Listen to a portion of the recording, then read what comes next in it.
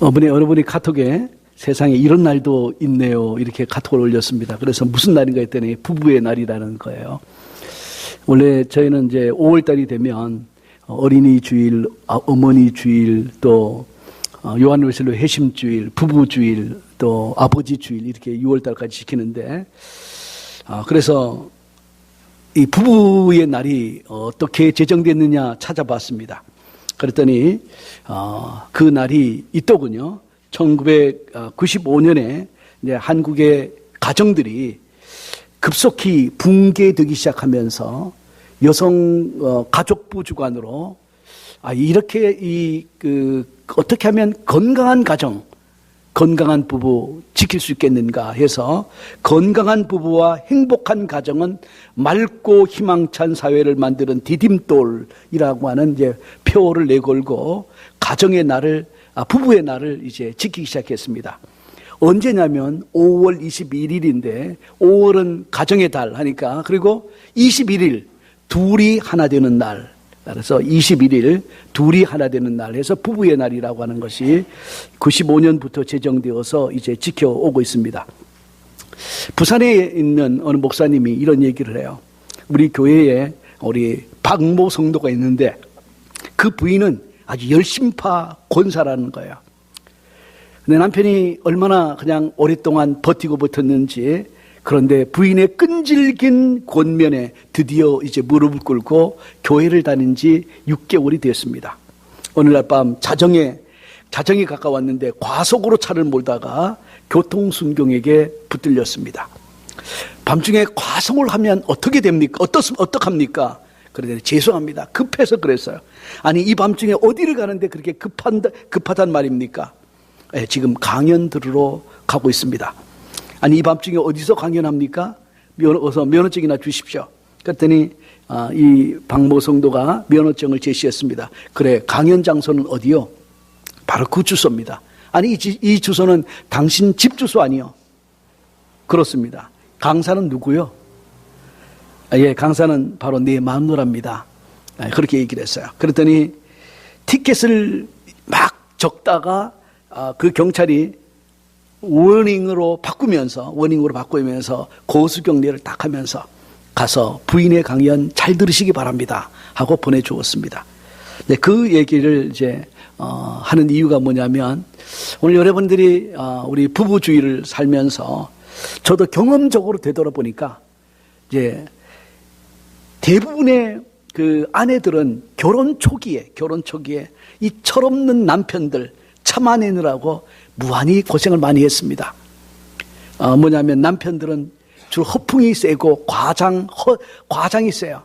근데 이 과장하는 남편의 말이 정말인 줄 알고 남편들은 무한히 참고 하면서 인내의 세월을 견디었습니다.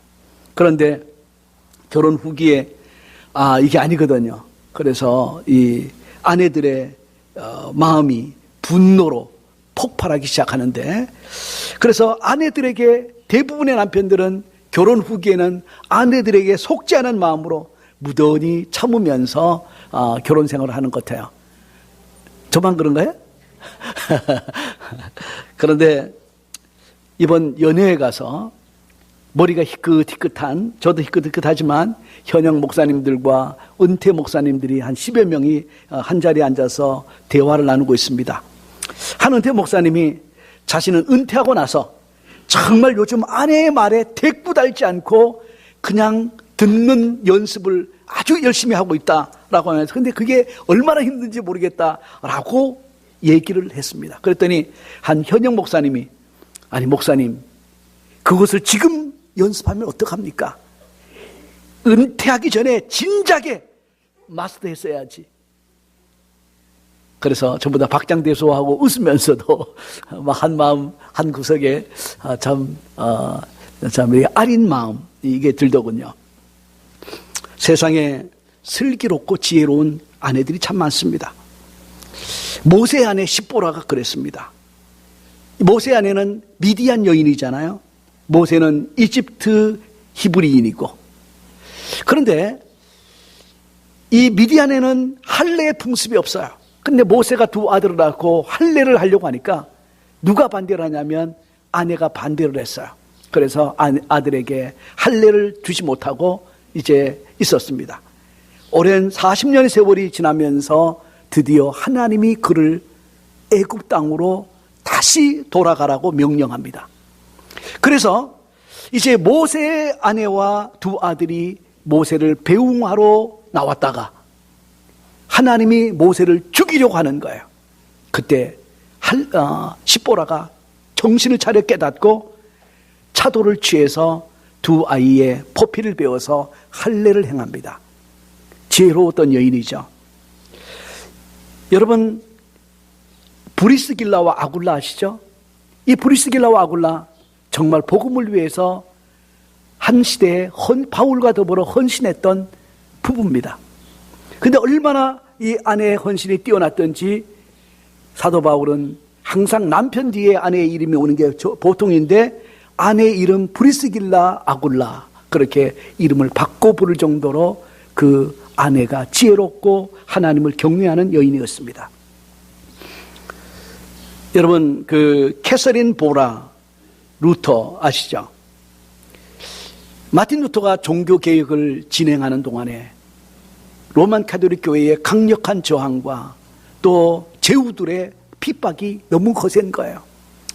정말 죽는구나, 이제 종교개혁이 여기서 마치는구나, 좌절되는구나, 가슴 아파하고 속상해서 그냥 책상에 그냥 얼굴을 파묻고 그냥 낙심하고 있었습니다.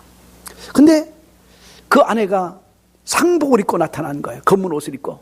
그래서 루터가 묻습니다. 여보, 누가 죽었습니까? 아무 말 안 하다가 또 물었어요. 하나님이 죽었어요. 여보, 그런 말도 안 되는 소리를 하냐고 소리를 버럭 질렀는데 당신의 얼굴을 보니까 하나님이 죽은 게 분명한 것 같아서 오늘 장례식을 치르려고 상복을 입었습니다. 이때 정신을 차린 마틴 루터가 그리스도께서 죄와 사망의 권세를 이기시고 부활하셨는데 그래, 그분은 살아계시지. 라틴어로 vivet, 그분은 살아계신다. vivet, 그분은 살아계신다 라고 선포하면서 다시 일어나 그 종교개혁을 잘 모든 역경을 이기면서 마무리했었습니다. 그래서 그 종교개혁이 제2의 제3의 종교개혁으로 일어나면서 오늘까지 왔죠. 여러분, 정말 지혜로운 여인, 슬기로운 아내, 하나님이 주신 선물이고 상속이에요. 근데 제가 아내 얘기만 하면 여러분들 마음속에 이런 생각이 들 거 아니에요. 그럼 남편도 다 하나님의 상속이고 하나님의 선물인 줄 믿습니다. 여기서 아내 얘기했다고 해서 뭐냐면 여성만 들으라고 하는 소리가 아니에요. 남편들은, 지혜로운 남편들은 우리 아내도 마찬가지고 남편도 좋은 아내, 좋은 남편 다 배우자들 하나님이 주신 선물이고 상속해 주신 거예요. 집과 재물, 부모님이 자식들에게 물려주는 것이지만 슬기로운 아내, 하나님을 경외하는 그 남편, 아내, 하나님이 주신 선물이라는 거예요. 그래서 하나님을 경외하는 슬기로운 남편이나 아내를 얻은 자는 복을 얻고 여호와께 은총을 받은 자다라고 성경합니다. 그래서 성경은 말해요. 여러분, 결혼한 남성들 제일 처음에 저도 아내를 만나고 나서 결혼 34주년이 지났는데 하나님 정말 감사합니다. 내게 맞는 최고의 아내를 주셨습니다. 라고 고백을 했어요. 고백을 하고 이제 살면서 몇 개월, 몇 년 안 되면서 이런 고백이 나오더라고요. 하나님, 왜 어쩌자고 이런 아내를 주셨습니까? 이런 고백이 나오다가 근데 세월이 지나면서 이제 10년, 20년, 30년이 지나면서 내가 바뀐 거야. 내가 철없는 제가 맡기고 정말 주님 뜻대로 살지 못하던 제가 조금씩 주님의 뜻을 알아가고 하면서 야, 하나님 정말 제게 하나님을 경외하고 하나님을 사랑하는 슬기로운 아내를 주셨는데 내가 그걸 잘 몰랐었습니다. 그래서 지금은 고백하는 게 정말 하나님을 경외하고 슬기로운 아내를 선물로 주셨구나. 이것에 늘 하나님께 감사드리는데 이분은 고백은 되는데 아직도 몸은 잘 안 따라가요. 뭐 양해해 주시고. 자, 여러분, 오늘 사랑하는 성도 여러분, 질문 하나 드리려고 해요. 아니, 그러면 혹시 여러분들이 생각하기를 내 아내는 슬기롭지 않고, 저기 하나님을 경외하지 않으니까 그러면 소망이 없는 거냐? 그건 잘못된 생각이죠. 인생은 저도 목회하면서 인생은 변하느냐 안 변하느냐 이것 때문에 참 많은 씨름하고 부르짖고 금식하고 기도했었습니다. 그래서 어떤 때는 인생이 안 변하는 것 같고 어떤 때는 변하는 것 같고, 그런데 결론은 뭐냐면 하나님을 가까이 하라. 그리하면 그가 너희를 가까이 하시리라.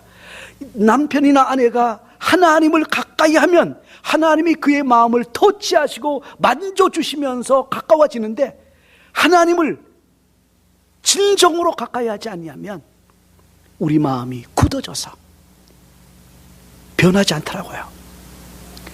여러분, 뜨거운 불에 가까이 가면, 모닥불에 가까이 가면 가까이 갈수록 따뜻해지고 굳어졌던 온몸이 따뜻한 불에 풀어지고, 그래서 따뜻하구나, 좋구나, 그러죠. 근데 여러분, 저와 여러분이 꼭 기억할 거 있어요. 불에 가까이 갔다가 멀어지면 차가워지고 식어지고 그러면서 점점 굳어져요. 근데 중요한 것은 신앙생활에서 성령의 불을 가까이 하는 것에 만족하지 않고 성령의 불이 여러분 가슴 속에 불타게 되기를 주님의 이름으로 축복합니다. 성령이 여러분 심령 속에서 불이 타야 다시는 식어지지 않고 다시는 굳어지지 않아요. 그래서 말씀과 기도로 주님과 깊이 가까이 할 때 그 성령의 불이 여러분의 가슴을 뜨겁게 하면서, 그래서 그 뜨거운 성령의 불로 식어지지 않는, 굳어지지 않는 그 하나님의 사랑의 마음으로 남편과 아내를 사랑하고 축복할 수가 있어요. 우리 남성과 여성, 하나님이 남자와 여자를 지으시고 그랬습니다. 성을 매개로 해서 하나님이 남성과 여성을 결합하게 하셨잖아요. 결혼이라고 하는, 언약이라고 하는 이름으로 결합하게 했어요. 남자와 여자는 피 한 방울 안 섞인 그런 관계예요.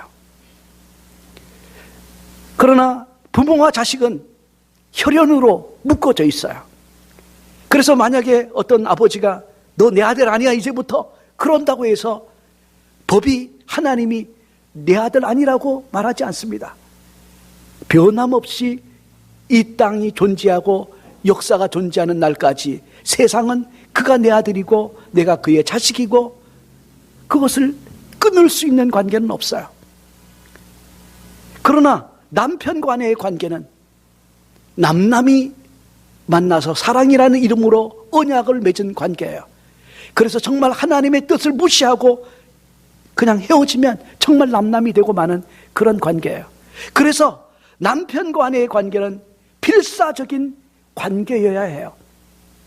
여러분, 살면서 이혼 생각 안 해본 사람 어디 있겠습니까마는, 그러나 여러분, 지금까지 서로 사랑하면서 오늘까지 오신 것 주님의 이름으로 축복합니다. 여러분들이 사랑하려고 하는, 그리스도 안에서 하나님이 묶어주신 그 사랑의 띠를 지키려고 수고하고 애쓰고 노력한 것, 하나님이 기뻐하고 기뻐하는 줄 믿습니다.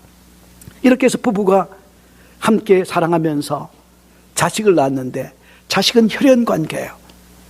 그 본성적으로 자식을 사랑해요. 근데 가장 본성적이지만 이 세상에 존재하는 사랑 가운데 가장 많이 닮은 사랑이 부모가 자식을 사랑하는 그 사랑이죠. 그런데 이 부모와 자식의 사랑, 부모가 자식을 사랑하는 그 사랑을 자식에게만 국한하는 거 하나님 기뻐하지 않아요. 거기에서 우리는, 내가 자식을 사랑하면서 무엇을 배우느냐면, 하나님은 본성적이 아니고 의도적으로 죄로 멸망할 수밖에 없는 우리를 얼마나 사랑하셨는지를 깊이 감동하면서, 감사하면서 자식을 사랑하고, 자식을 사랑하던 그 사랑으로 형제를 사랑하고 이웃을 사랑하고 또 그리스도 예수 안에서 만난 우리 성도들을 사랑하면서 사랑이 확장되어 가면서, 그래서 가족관계를 기초로 해서 사랑이 이제 남성과 여성을 초월해서 모든 사람을 그리스도의 마음으로 끌어안는 그런 사랑으로 발전해 가는 것, 그러면서 하나님 나라를 만들어가고 경험하게 하는 것, 이게 하나님이 우리를 향한 뜻인 줄 믿습니다.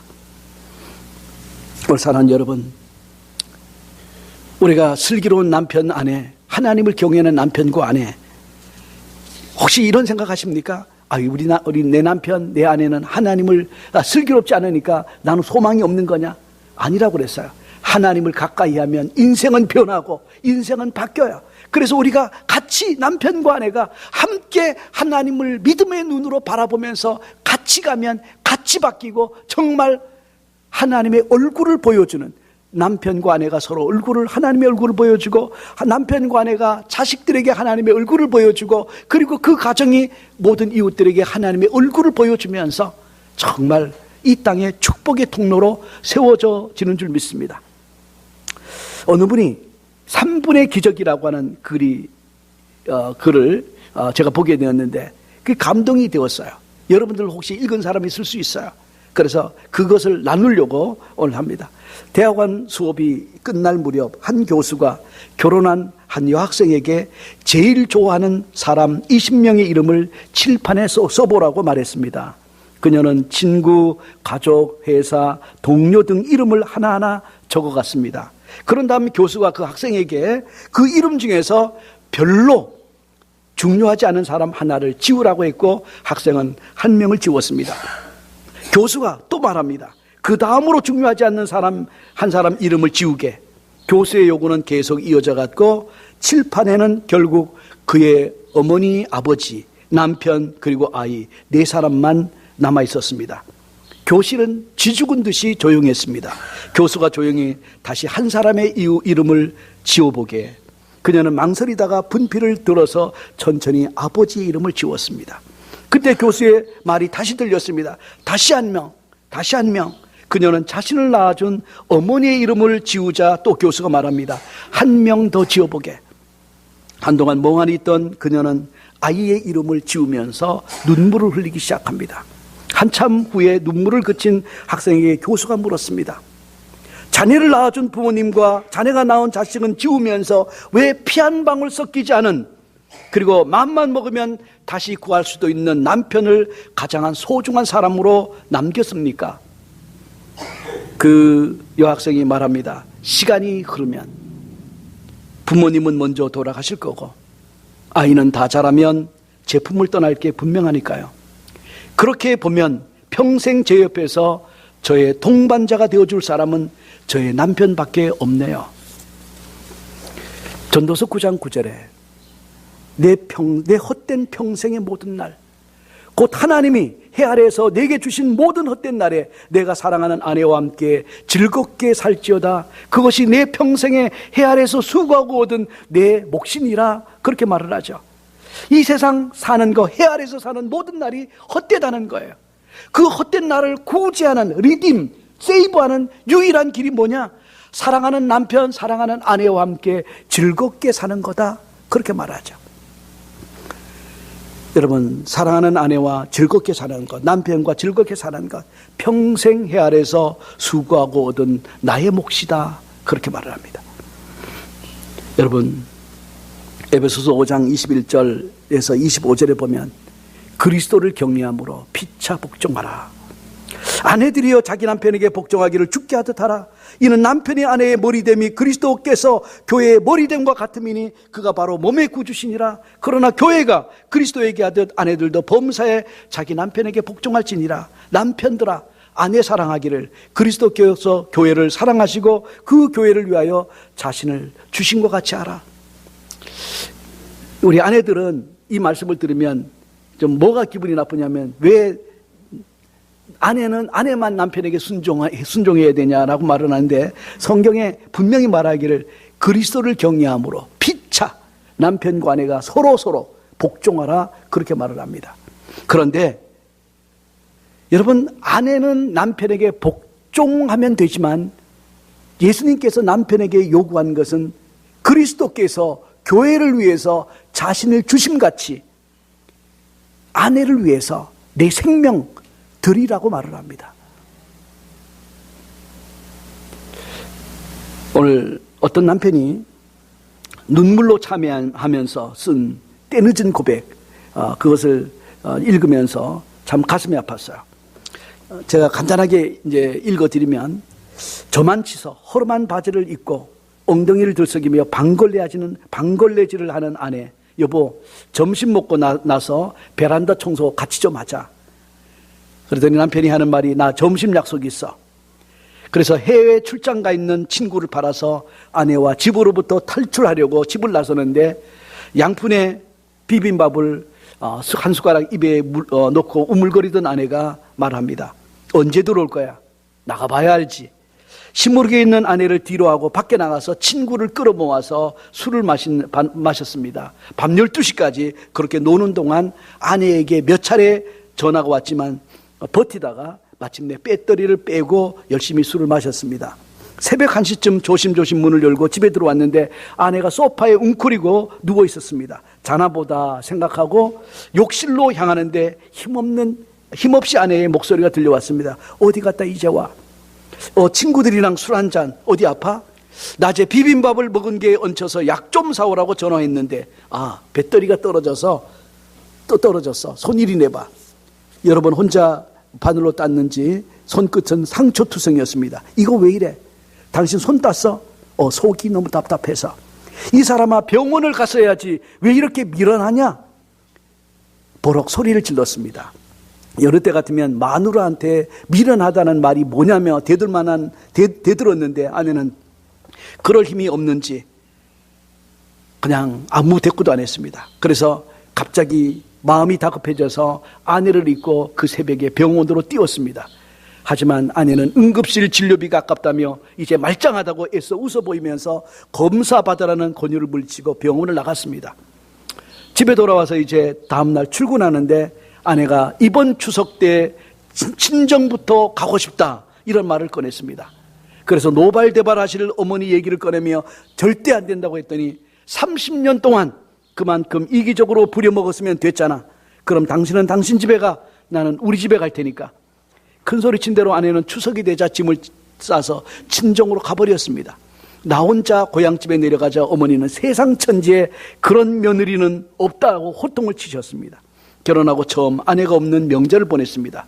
그리고 명절이 끝나고 집으로 돌아오자 아내는 태연하게 소파에서 책을 보고 있었습니다. 여유롭게 클래식 음악까지 틀어놓고, 당신 지금 제정신이야? 아내는 아무 말이 없다가, 여보, 만일 내가 지금 없어져도 당신도 애들도 어머니도 사는데 아무 지장 없을 거야. 나 명절 때 친정에 가 있었던 거 아니야? 병원에 입원해서 정밀 검사를 받았어. 당신이 한 번만 전화해봤어도 금방 알 수 있었을 거야. 당신이 그렇게 해주기를 바랬어. 병원을 찾았더니 아내의 병은 가벼운 위염이 아니었다는 거죠. 의사가 말하기를 아내가 위암이라고, 전이 될 대로 전이가 돼서 더 이상 손 쓸 수가 없다고, 3개월 정도 시간이 있다고. 아내와 함께 병원을 나오다가 서로 말 한마디 없이 집에 와서 엘리베이터를 타고 올라가려고 하는데 아내가 말합니다. 여보, 우리 서울에 있는 아이들 한번 방문하자. 그래서 아이들을 보러 가자고 해서 바로 돌려서 서울에 있는 아이들을 찾아갔습니다. 아이들에게 아무 말도 말아달라고 하는 부탁을 받아서 이제 부탁을 받았는데 갑자기 부모가 찾아와서 그런지 반갑지 않은 얼굴로 자식들이 봅니다. 하지만 아내는 살가워하지도 않은 아이들의 손을 잡고 공부에 관해, 건강에 관해 예전에 수없이 해오던 말을 반복했습니다. 아이들의 표정에 짜증이 가득한데도 아내는 그런 아이들의 얼굴을 사랑스럽게 바라보고만 있었습니다. 더 이상 그 얼굴을 나는 볼 수 없어서 밖으로 나갔습니다. 여보, 집에 내려가기 전에 어디 코스모스가 많이 펴있는 들판을 들렀다 갈까? 코스모스? 그럼 그러고 싶네. 꽃 많이 펴있는 데 가서 꽃도 보고 당신이랑 걷기도 하고. 그래서 아내는 얼마 남지 않은 시간 이런 걸 해보고 싶었던 겁니다. 비싼 걸 먹고 비싼 걸 입어보는 대신 그냥 아이들 얼굴 보고 꽃이 피어있는 들판을 나와 함께 걷고, 당신 바쁘면 그냥 가고, 아니야 가자. 그리고 코스모스가 핀 들판에 갔을 때 아내가, 여보, 나 당신한테 할 말이 있어. 뭔데? 우리 적금 올말에 타는 거 말고 또 있어. 3년 부은 거야. 통장 싱크대 2번째 서랍 안에 있어. 그리고 나 생명보험도 들었는데 재작년에 친구가 하도 들라고 해서 들었는데 잘했지 뭐. 그거 꼭 확인하고. 그리고 당신한테 부탁 하나 있는데 올해 적금 타면 우리 엄마 200만 원 드려. 엄마 이가 안 좋은데 틀리하셔야 되거든. 당신도 알다시피 우리 오빠가 능력이 안 되잖아. 부탁해. 그 남편은 그 자리에 주저앉고 울었습니다. 아내가 당황스러워하는 것 알면서도 소리내어 옹옹 눈물을 흘리고 말았습니다. 이런 아내 떠나보내고 어떻게 살아갈까? 집에 돌아와서 아내와 침대에 누웠습니다. 아내가 내 손 잡았습니다. 요즘 들어 아내는 내 손 잡는 것을 좋아합니다. 여보, 30년 전 당신이 프로포즈 하면서 했던 말 생각나? 내가 뭐라 했는데 사랑한다 어쩐다 그런 말 닭살 맞아서 질색이라고 그랬잖아. 그랬나? 근데 그전에도 그 후로도 당신이 나보고 사랑한다 그런 적이 한 번도 없는데 그거 알지? 어쩔 땐 그런 소리가 정말로 듣고 싶더라. 아내는 금방 잠이 들었습니다. 이제 자기도 깜빡 잠이 들고 보니까 아침이어서 커튼이 뜯어진 창문으로 아침 햇살이 쏟아져 들어오고 있었습니다. 여보, 우리 장모님 뵈러 갈까? 장모님 틀리 연말까지 미룰 게 뭐 있어. 당장 올라가서 해드리자. 여보, 장모님이 나가면 좋아하실 텐데. 여보, 안 일어나면 안 간다. 그런데 좋아하며 일어나야 할 아내가 꿈쩍도 하지 않았습니다. 떨리는 손으로 아내를 흔들었습니다. 아내는 웃지도 기뻐하지도 잔소리하지도 않을 것입니다. 난 아내 위로 무너지며 속삭였습니다. 사랑한다고 어젯밤 이 얘기해 주지 못해 미안하다고. 제가 이 이야기를 여러분에게 읽어드리면서 생각나는 것이 있습니다. 예전에 이런 말 하잖아요. 있을 때 잘해. 있다고 잘하고 없다고 못하는 거. 정말 아니죠. 빌라도를 보면 있어도 못했어요. 눈을 돌려 여러분 한번 사렙다 가브를 한번 생각해 보세요. 그는 없는 사람이었고 아들과 함께 나무를 주워다가 이제 마지막 남은 밀가루와 마지막 남은 기름으로 한 조각 떡을 만들어 먹고는 죽으려고 했었습니다. 없어도 너무 없는 사람이었습니다. 그런데 없어도 잘했습니다. 엘리사가 왔을 때 엘리야가 그렇게 말했는데도 불구하고 나를 위해서 먼저 빵 한 조각 구워주고 난 다음에 먹으라는 거예요. 그런데 없을 때 마지막 남은 거 그거 가지고 엘리야를 잘 섬겼습니다. 그러자 통에 가루가 떨어지지 아니하고 병에 기름이 떨어지지 않는 기적을 보았잖아요.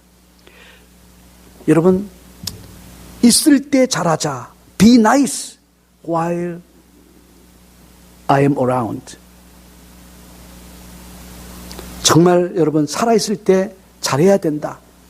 여러분, 우리가 살아있을 때 잘해야 될 것이 몇 가지가 있어요. 사랑하는 아내, 남편, 자식들, 사랑하는 성도들. 사실 5분 후를 모르잖아요. 언제 어떻게 우리가 이 세상을 사람들에게 이별을 고하지도 못하고 떠날 수도 있어요. 그래서 만났을 때 하나님의 얼굴을 보여주게 되기를 주님의 이름으로 축복합니다. 그리고 우리가 죽으면 더 이상 성장이라고 하는 것이 없어요. 그래서 우리는 살아있는 동안에 예수님께 충성하고 예수님을 사랑하고, 그래서 부부, 남편과 아내가 진정으로 사랑하는 그 사랑으로 우리는 신랑 대신 예수님을 깊이 사모하고 사랑하다가 주님 앞에 서야 되는 그런 존재입니다. 살아있을 때 아내와 남편에게, 자식들에게, 만나는 사람들에게 잘하시길 바라고, 우리 살아있을 때 예수님을 진정으로 사랑하는 마음으로 우리 함께 잘 섬기다가 우리 주님 나라에서 우리 같이 뵙게 되기를 주님의 이름으로 축복합니다. 기도하겠습니다. 사랑은 오래 참고, 사랑은 온유하며 시기하지 아니하며, 사랑은 자랑하지 아니하며 교만하지 아니하며 무례히 행하지 아니하며 자익이 유익을 구하지 아니하며 성내지 아니하며 악한 것을 생각하지 아니하며 불의를 기뻐하지 아니하며 진리와 함께 기뻐하고 모든 것을 참으며 모든 것을 믿으며 모든 것을 바라며 모든 것을 견디느니라. 아버지 하나님, 부부주일, 가정주일을 맞이해서 하나님, 우리가 남편을 볼 때, 아내를 볼 때 십자가에 달리셔서 예수님이 어떻게 참으셨는지를 생각하면서 있을 때 잘하게 하여 주옵소서. 있을 때 자식들을 잘하게 하시고, 있을 때 성도들을 잘 섬기게 하시고, 있을 때 주님을 더 사랑하게 하여 주옵소서. 예수님의 이름으로 감사하며 간절히 기도하옵나이다. 아멘.